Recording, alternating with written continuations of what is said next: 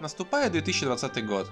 Консоли текущего поколения потихоньку уходят на покой, уступая место более молодым и технологичным коробкам. А игры, которые были анонсированы еще в начале жизненного срока PlayStation 4 и Xbox One, плавно подбираются к релизу, обещая сделать следующий год невероятно насыщенным. Поэтому сегодня я предлагаю вам отправиться в недалекое будущее и посмотреть на самые интересные и ожидаемые игры 2020 года.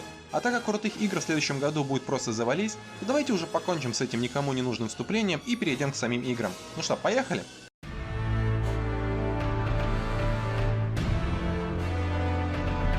Древнее кольцо — это очередная новаторская игра от создателя серии Dark Souls и небезызвестной Sekiro Хидетаки Миядзаки.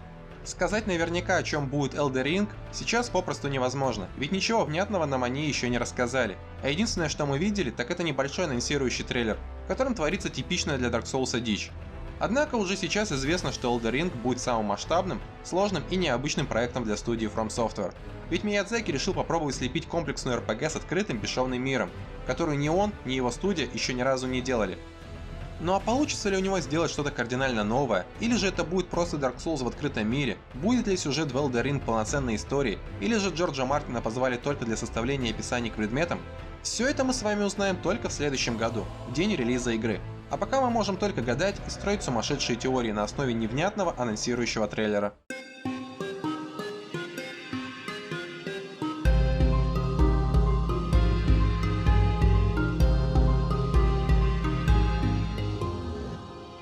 Новые смотрящие псы — это очень сомнительный и странный проект, от которого непонятно, что ждать. С одной стороны, Watch Dogs выглядит как очередная на скорую руку слепленная подделка от Ubisoft. Опять Лондон, опять вышки, опять кривая пластмассовая стрельба и ужасная физика машин. Но с другой стороны, разработчики обещают нам инновационную ролевую систему, огромную нелинейность и возможность сыграть за любого NPC в городе, будь то 70-летняя бабулька или маленький ребенок. Хотя нет, скорее всего за ребенка не дадут сыграть, яйца у них еще не отросли для нарушения этого табу. В любом случае, мне интересно, что получится в итоге. Все-таки второй Watch Dogs оказался неожиданно хорошей игрой, хотя все и плевались от стилистики и негра на главной роли. Возможно, и тут окажется так, что непривлекательная оболочка скрывает за собой кучу интересных и свежих механик. Ну а возможно, нас ждет худшая игра 2020 года, в которой нам будут продавать играбельных персонажей за реал. Поживем увидим.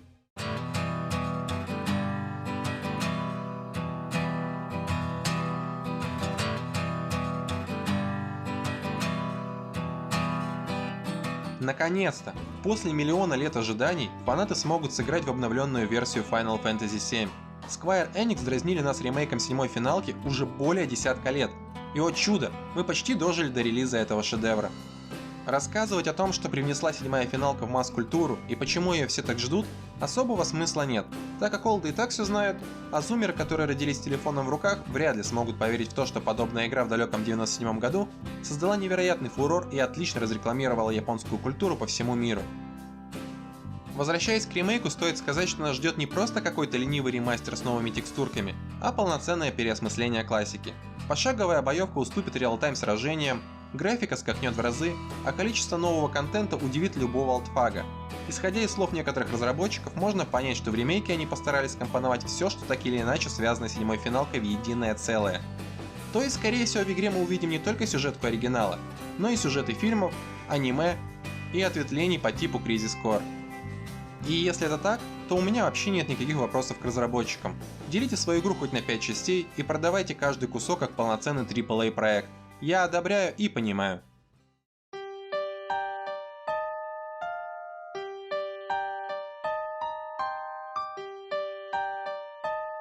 Вы хотели узнать, что будет с Джейд после финала первой части? Вам не давала покоя сцена после титров в первом Beyond Good and Evil? Можете спокойно выдохнуть. Ubisoft наконец-то сделает вторую часть, в которой все секреты и загадки будут разгаданы, а на все вопросы дадут ответы. Так, стоп, это кто? А это что? Да ладно, неужели это приквел и продолжение оригинальной истории, которую ждали фанаты больше 13 лет, не будет? Да ладно, с ним. Пошло все в пизду, сколько можно, блин. Пускай нормальное оборудование покупает. Мне до пизды совершенно, блядь, этот продукт, который выдается.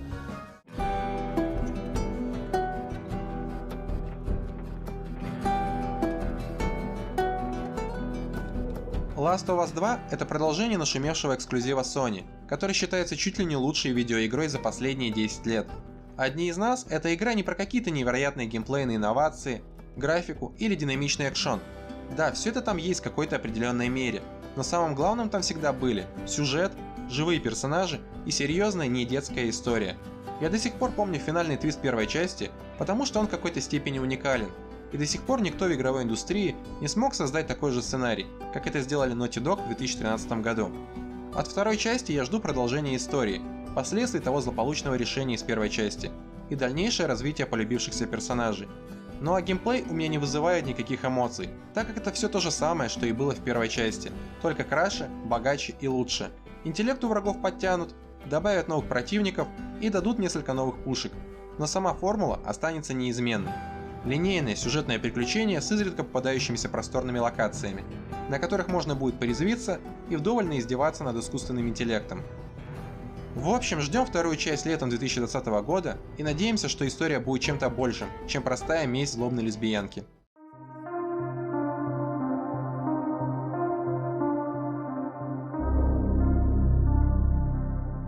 Умирающий свет 2 — это игра про зомби и паркур с видом от первого лица. Как и первая часть, второй Dying Light будет делать большую ставку на динамичную смену дня и ночи. Днем враги будут достаточно вялыми и слабыми, а ночью будут выползать из своих нор более сильные и опасные зомбаки. Вам же нужно будет постоянно следить за временем и пытаться избегать ночных прогулок по крышам. Во второй части разработчики планируют значительно усилить ночных тварей и добавить нелинейность в основную сюжетную кампанию. Там от вашего выбора будут зависеть целые поселения и фракции в мире игры. Подружитесь с военными, тогда они заполонят карту. Закорешитесь с бандитами, и тогда они будут терроризировать местное население. Сам же геймплей не особо сильно изменится со времен первой части. У вас в распоряжении будет главный герой, который умеет лазить по зданиям не хуже заправского ассасина и сможет из дерьма и палки сделать крутую электродубинку. Крафт, паркур и зомби, что в принципе еще нужно современному геймеру.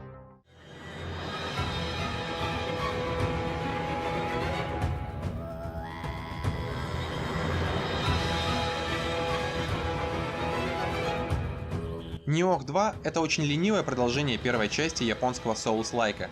И я это говорю, потому что уже успел наиграть в бетку около 30 часов, пройти всех доступных там боссов, побегать на сумеречных локациях и освоить все хитрости пульсации Ки. По сути дела, от первой части отличий тут минимум. Разработчики не стали выдумывать велосипед, а просто добавили редактор персонажа, парочку новых оружий и запулили одну единственную геймплейную фичу, которую можно обозвать сбиванием сильных атак. Все остальное осталось на уровне первой части. Предметы, геймплей, скиллы и графика никак не изменились. Тебе как надо было юзнуть парафиновую свечку для выхода с локации, так и нужно будет делать и во второй. Все идентично. Даже хваленая убер-пупер форма Екай, которую преподносит как невероятную фичу, на самом деле является просто измененной формой живого оружия из первой части. В общем, фанаты первого Nioh довольны и ждут новинку. Ну а тем, кому не зашла первая часть, ждать сиквела особого смысла нет, так как это просто расширенная версия первой части Nioh.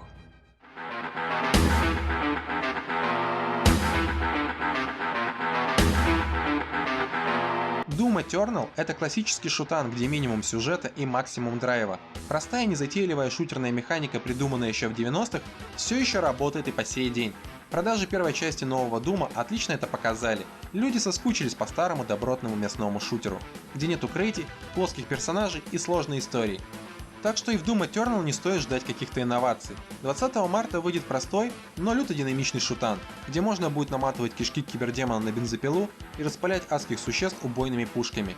И единственное, что подвергнется кардинальной переработке, так это мультиплеер. В первой части с ним было все как-то тухловато, а потому в Doom Eternal разработчики попробуют несколько новых идей и режимов. А что у них получится в итоге и как это будет играться, узнаем уже весной следующего года.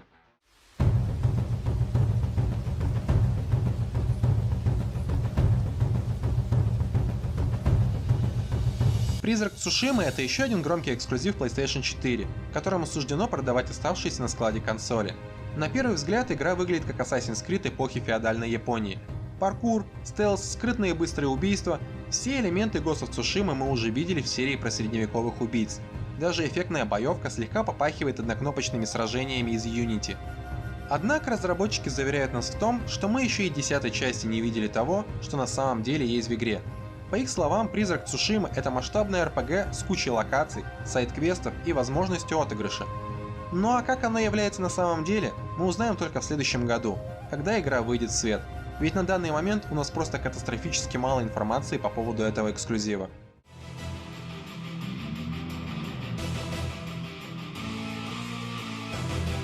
Мстители — это типичная слабенькая игра по кинолицензии, которая была создана исключительно для доения фанатов вселенной Marvel. Все настолько плохо, что даже актеры отказались от участия в этом сомнительном проекте. Поэтому вместо Капитана Америки в игре будет Навальный, вместо Тора — Лебовски, а место Железного Человека займет Айзек Кларк. Да и геймплейная игра не может похвастаться интересными механиками. Это просто какая-то примитивная коридорная аркада с элементами битэмапа и шутера. Красочная, с кучей спецэффектов и взрывов, но простая как пареная репа. Может быть, я и зря гоню на эту игру и выйдет просто хит вселенского масштаба, но мне безумно обидно из-за того, что Эйдос Монреаль делает эту херню вместо третьей части Deus Ex'а. И если бы не эти сраные Мстители, то мы бы с вами уже вовсю ждали завершения трилогии про Адама Дженсена, которая, между прочим, оборвалась на самом интересном месте.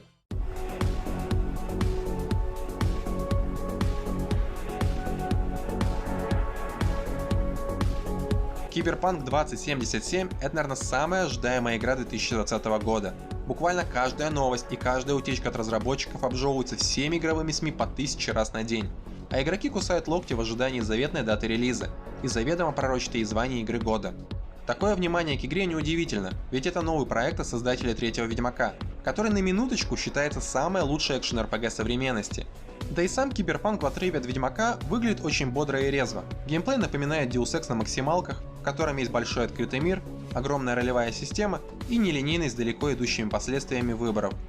И как лично я понимаю, в этот раз CD Projekt решила сделать ставку на реиграбельность и уникальность каждого прохождения, из-за чего одиночная кампания Киберпанка будет немножечко короче, чем у Ведьмака, но зато в разы вариативней. Также недавно стало известно, что игра обзаведется мультиплеером. Правда, он будет доступен не со старта, а где-то через годик после релиза.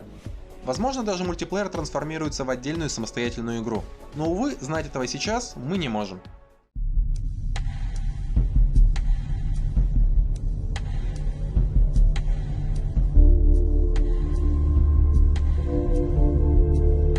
Действие второй части «Вампирского маскарада» развернутся в Сиэтле через 15 лет после событий оригинальной игры. Нас снова ждет огромный мир, доступный для исследования, несколько враждующих группировок и куча вампирских навыков, которые помогут главному герою или героине решать поставленные задачи разными методами. Как ни странно, но с момента выхода первой части тоже прошло 15 лет. За это время игра обрела культовый статус и обзавелась званием лучшей игры про вампиров. И хоть на релизе «Вампирский маскарад» был сырым, багующим и вылетающим каждые 5 минут дерьмищем, фанаты вылезали эту игру на добровольной основе и сделали из нее конфетку, что уже позволило массовому потребителю опробовать данный продукт. Так что можно сказать, что только благодаря сторонним разработчикам эта игра выплыла из безызвестности и получила сиквел, у которого есть все шансы стать одной из лучших экшен-РПГ 2020 года.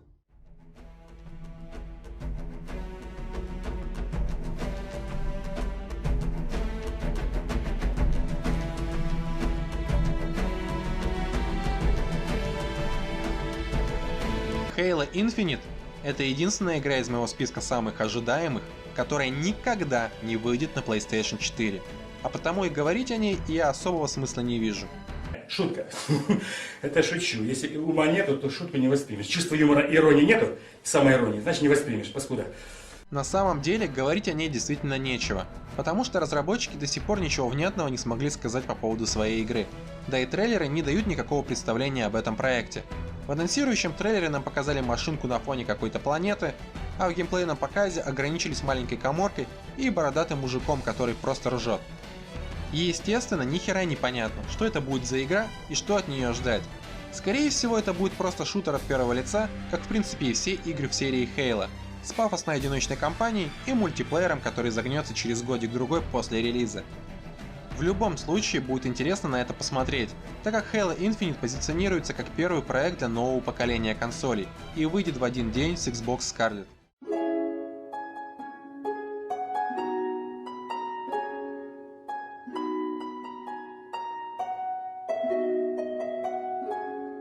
Bannerlord — это вторая часть популярного в узких кругах симулятора средневековой жизни. Сама игра является гибридом стратегии и RPG от третьего лица, где мы создаем себе персонажа по вкусу, экипируем его, нанимаем мини-армию и отправляемся завоевывать жестокий и холодный средневековый мир.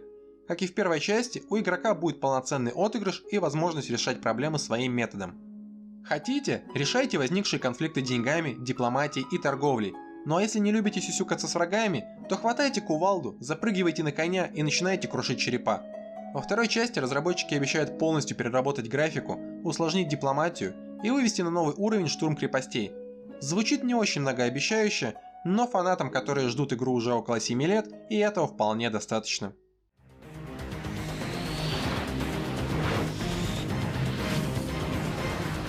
Биологический мутант – это настоящая черная лошадка среди игр 2020 года. Хоть у нас на руках есть немало геймплейных трейлеров, интервью с разработчиками и предварительных обзоров на ютубе, все равно сложновато понять, о чем будет игра.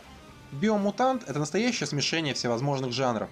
Тут тебе и слэшерная боевка, чем-то напоминающая Нир Автомату, и аркадное путешествие по миру в стиле каких-то детских платформеров, и масштабная система кастомизации персонажа, и роботы, как в Titanfall. Ты наркоман, что ли, сука? В общем, разработчики понапихали так много механик в свою новую игру, что непонятно, как они будут уживаться вместе. Со стороны все выглядит просто превосходно, но как биомутант будет работать, играться и восприниматься игроком – это большой вопрос, на который очень сильно хочется найти ответ. Так что ждем релиза и надеемся на лучшее.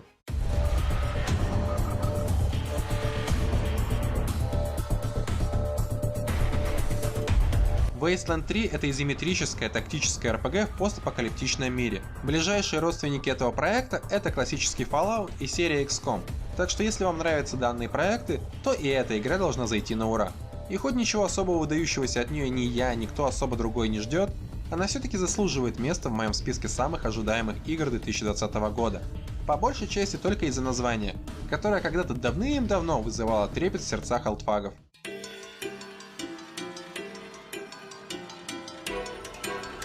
Охотничьи угодья хищника — это еще один эксклюзив PlayStation 4, который выйдет в следующем году. И как вы уже могли понять из названия игры, она будет про хищника и его охотничьи угодья. Это будет сетевой шутер, в котором можно будет сыграть как за хищника, так и за бедных человеков, которые пытаются дать ему отпор. Система тут такая же, как и в бесславно почившем Evolve. Один игрок будет играть за инопланетную зверюгу, а остальные возьмут под командование бравых спецназовцев и будут выживать. На словах и на геймплейных футажах все выглядит просто великолепно, но будет ли интересно в это играть, не сольется ли проект к всему подобные, все это зависит только от разработчиков и того, насколько они трепетно подойдут к балансу игрового процесса. А их послужный список не особо вселяет в меня надежду. К примеру, прошлый их проект «Пятница 13» очень быстро потерял онлайн, так как даже прокачанного Джейсона там без особых проблем нагибает команда кооперирующихся между собой игроков.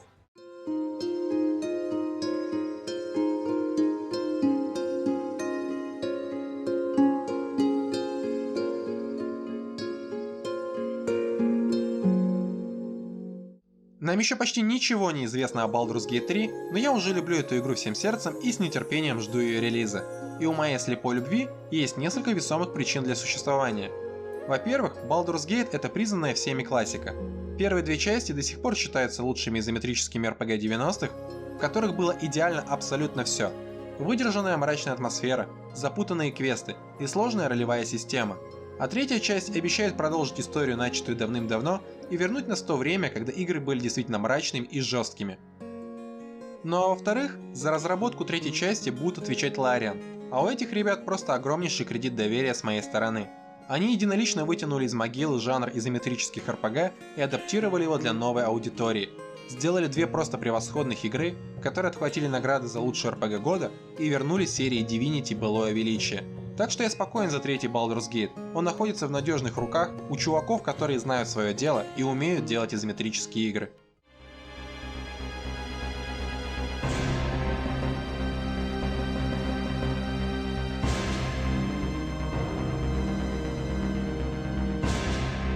И хоть на момент выхода этого видео еще нет официального анонса ремейка третьей части Резидента, я все-таки впихну эту игру в данный ролик, так как в сеть утекла обложка игры и несколько скриншотов.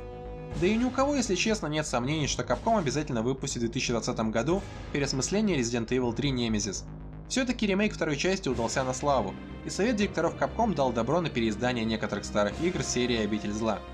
Сама же третья часть Резидента вряд ли будет как-то кардинально отличаться от второй.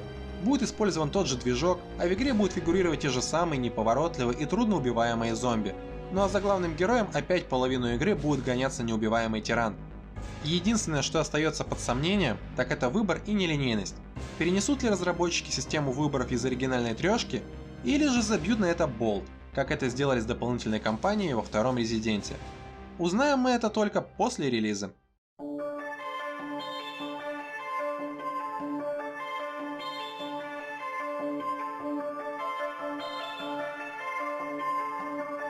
System Shock — это еще один ремейк бородатой игры из 90-х.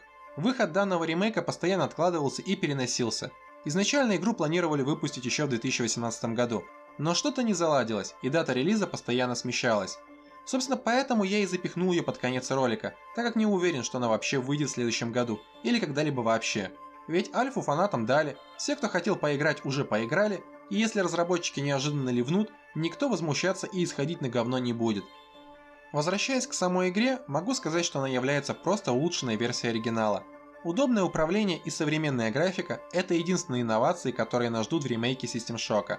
Во всем же остальном игра будет полностью идентична оригиналу, так как разработчики изначально сказали, что не планируют ничего менять, а просто хотят перенести оригинал на новый, более современный движок с минимумом изменений. Как вы уже поняли, в следующем году будет целая куча AAA блокбастеров. В особенности 2020 год будет богат на возрождение старых франшиз и разнообразные ремейки. Тут тебе и ремейк культовой 7-й финалки, и продолжение, казалось бы, почившей серии Baldur's Gate, и еще куча игр, выход которых ждали десятилетиями. В своем ролике я постарался уместить все значимые релизы следующего года, но я никак их не сортировал по степени ожидания или датам релиза, и сделал я это намеренно. Так как, во-первых, я ленивая скотина и лишнее телодвижение для меня уже геморрой, а во-вторых, потому что это немножечко глупо, ведь в любой момент дату релиза могут перенести, из-за чего в дальнейшем нарушится целостность ролика. В общем, давайте закругляться. Пишите о том, какие игры ждете в следующем году, ставьте лайки и подписывайтесь на канал. Всем пока!